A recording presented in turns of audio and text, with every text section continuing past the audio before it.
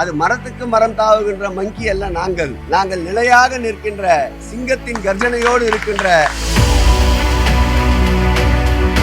அவருடைய கொள்கைகள், கோட்பாடுகள், லட்சியங்களை பாரதிய ஜனதாவிடம் அடிமை சாசனம் எழுதி தந்து விட்டார்கள் என்பது. அப்படி என்றால் இவர்கள் யார் என்று நீங்களே பாருங்கள். மக்களை பிரித்து ஆளுகின்ற சூத்திரதாரிகள் இவர்கள். நான் ஏற்கனவே சொன்னேன்,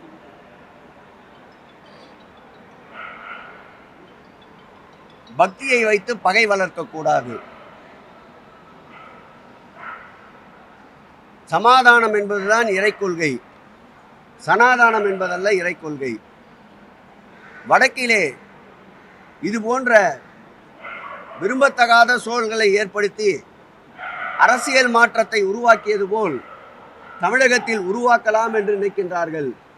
இது ராமானுஜர் வாழ்ந்த மண், எல்லோருக்கும் எல்லாமான மண். அதோடு மட்டுமல்ல, ஒரு காலத்தில் வல்லபாய் பட்டேலை இந்தியாவின் இரும்பு மனிதர் என்று போற்றுவார்கள். இன்றைக்கு தமிழகத்தினுடைய இந்தியாவே உற்று நோக்கின்ற இரும்பு மனிதராக இருக்கின்ற மாண்புமிகு தமிழக முதல்வர் எங்கள் உயிரினும் மேலான அன்பு தலைவர் அவருடைய ஆட்சியில் பிரிவினை என்பது எந்நாளும் எடுபடாது. பிரிவினை சக்திகள் இரும்பு கரம் கொண்டு அடக்கப்படுவார்கள். இந்த தமிழகத்தை பொறுத்தளவில் எங்கள் முதல்வருடைய கொள்கை எல்லோருக்கும் எல்லாமான அரசு. எந்தெந்த மதத்தினர் அவரவர்கள் வழிபாட்டை எப்படியெல்லாம் விரும்புகிறார்களோ அமைதியான சூழ்நிலையில் கட்டுப்பாடோடு ஒழுக்க நெறி தவறாமல் அப்படி விரும்புகின்ற அந்தந்த மதத்தினருக்கு உண்டான பாதுகாப்பையும் போதிய அமைதியையும் ஏற்படுத்தி தருவதுதான் இந்த ஆட்சியுடைய கொள்கை, லட்சியம். அந்த வகையிலே இந்த ஆட்சியை ஆன்மீக ஆட்சி என்று கூறாதவர்கள் எப்படி மஞ்சக்காமாலை கண்கள் கொண்டவருக்கு கண்டதெல்லாம் மஞ்சள் என்பது போல் தோன்றுமோ அதுபோல்தான் இந்த ஆட்சியின் மீது குறை கூறுபவர்கள் என்பதை நான் இங்கே பதிவிடுகிறேன்.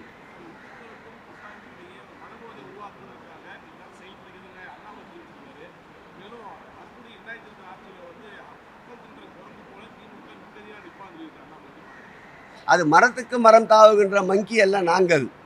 நாங்கள் நிலையாக நிற்கின்ற சிங்கத்தின் கர்ஜனையோடு இருக்கின்ற மாண்புமிகு முதல்வர் அவர்கள் தலைமையிலே பயணிக்கின்ற இயக்கம் இந்த அரசு. அவர்கள் நினைத்தது நடக்கவில்லை. அவரே சொல்லியிருக்கின்றார் பாருங்கள், இரு மதங்களுக்கிடையே மோதலை உருவாக்குகின்ற சூழலை அதைத்தான் எதிர்பார்த்தார்கள். அது நடக்கவில்லை. அதை நடக்க விடாமல் வியூகம் அடைத்து சக்கர வியூகத்தை உருவாக்கியவர் மாண்புமிகு தமிழக முதல்வர்.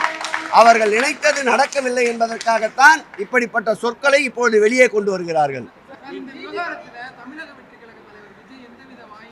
வேற பேசுங்க. அவரை போய் கேட்கணும். நீங்க என்ன கேட்ட? அவரை தானே போய் கேட்கணும். அவரை தானே போய் கேட்கணும்.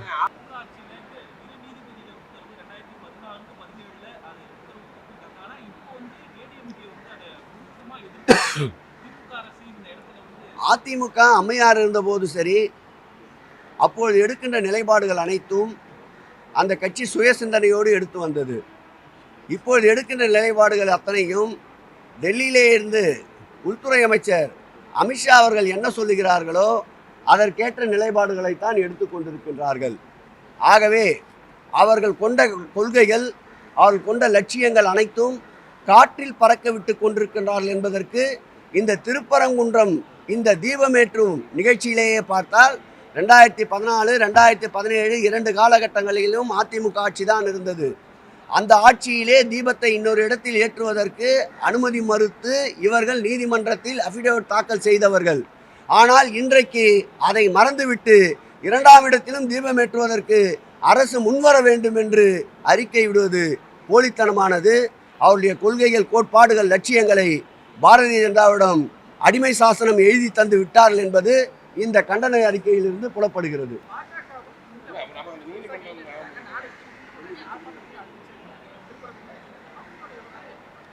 நேற்றைக்கு பார்த்தால் மதுரையிலே இந்த தீபமேற்றும் நிகழ்ச்சிக்கு போராட்டம் நடத்த முற்பட்டார்கள் நீங்கள் சொல்லுகின்ற அந்த ஒரு பிரிவினர். ஆனால் பொதுமக்களாக வெகுண்டெழுந்து அந்த போராட்டத்திற்கு எதிர்ப்பு தெரிவித்த நிலை. அந்த போராட்டம் கடையடைப்பு போராட்டம். ஒரு கடைகள் கூட அடைக்கப்படவில்லை. கார்த்திகை தீபம் முடிந்த பிறகு 2-3 நாட்கள் கிரிவல பாதையை பயன்படுத்துவார்கள். திருப்பரங்குன்றம் கிரிவல பாதையில் வழக்கத்தை விட அதிகமான அளவிற்கு கிரிவல பாதையில் பக்தர்கள் பயணித்துக் கொண்டிருந்தார்கள். ஆகவே இந்த போராட்டங்கள் அத்தனையுமே ஆன்மீக மக்கள் ஏற்றுக்கொள்ளவில்லை. ஒரு குறிப்பிட்ட பிரிவினர் இதை வைத்து 2026ஆம் ஆண்டு தேர்தலை கணக்கிட்டு கொண்டிருக்கின்றார்கள். வடபுலத்திலே நடந்தது போல் ஏதாவது ஒரு மிராக்கல் நடக்காதா என்று. இது திராவிட மண், இது பெரியார் மண். அத்தனையும் சமாளித்து மீண்டும் 2வது முறையாக எங்கள் உயிரினும் மேலான அன்பு தலைவர் முத்துவேல் கருணாநிதி ஸ்டாலின் அவர்கள் அரியணையில் ஏறுவதை, இப்படிப்பட்ட சூழ்ச்சி சூதுகளை முறியடித்து நிச்சயம் 2வது முறை முதல்வராக அமர்வார். அவருடைய இந்த எண்ணங்கள் நிச்சயமாக ஈடேறாது. கண்டிப்பாக உங்கள் விருப்பத்தை நிறைவேற்றுவோம்.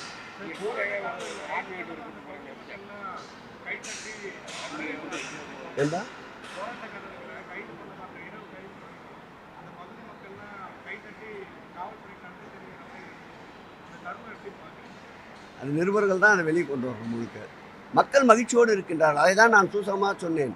திருப்பரங்குன்றத்திலே இன்று வரையில் 3 நாட்களாக தொடர்ந்து தீபம் ஏற்றப்பட்ட நாளிலிருந்து லட்சக்கணக்கான ஆயிரக்கணக்கான மக்கள் கிரிவலம் மேற்கொண்டிருக்கின்றார்கள். திருவண்ணாமலையிலே 35 லட்சம் மக்கள் அன்றைக்கு கார்த்திகை தீபத்திலே பங்கேற்றிருக்கின்றார்கள். 66 கோயிலே உச்சியின் மீது ஏற்றப்பட்ட விளக்கு தரிசனத்தில் கிட்டத்தட்ட 1 கோடிக்கும் மேற்பட்ட மக்கள் பங்கேற்றிருக்கின்றார்கள். அப்படி என்றால் இவர்கள் யார் என்று நீங்களே பாருங்கள். மக்களை பிரித்தாளுகின்ற சூத்திரதாரிகள் இவர்கள். செய்திகளை உடனுக்குடன் தெரிந்து கொள்ள கீழ்கண்ட கேபிள் மற்றும் டிடிஹெச் நெட்வொர்க்குகளில் எம்நாடு செய்தி தொலைக்காட்சியை காணுங்கள். பாதகம் செய்பவரை கண்டால் நாம் பயம் கொள்ளலாகாது பாப்பா. மோதி மிதித்துவிடு பாப்பா, அவர் முகத்தில் உமிழ்ந்துவிடு பாப்பா. அண்மை செய்திகளை உடனுக்குடன் தெரிந்து கொள்ள இணைந்திருங்கள் எம்நாடு தொலைக்காட்சியுடன்.